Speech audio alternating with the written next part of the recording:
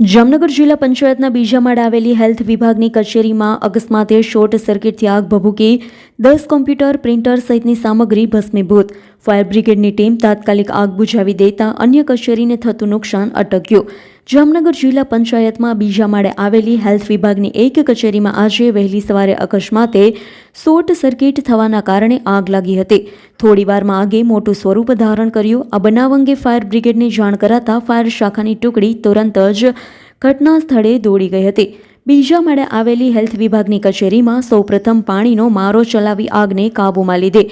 જામનગર જિલ્લા પંચાયતના સિક્યુરિટી વિભાગના પૃથ્વીરાજસિંહ જાડેજાએ વહેલી સવારે 6:38 આગ લાગ્યાનો કોલ ફાયર બ્રિગેડની ટીમને કર્યો. Fire officer જે.કે. ડામોર પોતાની ટીમ સાથે ઘટના સ્થળે દોડી ગયા. પાણીનો મારો ચલાવી આગ બુઝાવી દીધી. સમયસર આગ કાબૂમાં આવી ગઈ હોવાથી અન્ય વિભાગમાં આગ પ્રસરી અટકી હતી.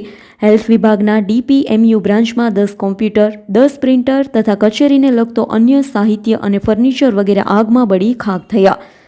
જિલ્લા પંચાયતની કચેરીને ₹9 લાખથી વધુનું નુકસાન થયાનું અનુમાન લગાવવામાં આવ્યું. જિલ્લા પંચાયતના આરોગ્ય વિભાગના અધિકારીઓ સહિત કાફલો દોડી આવ્યો હતો.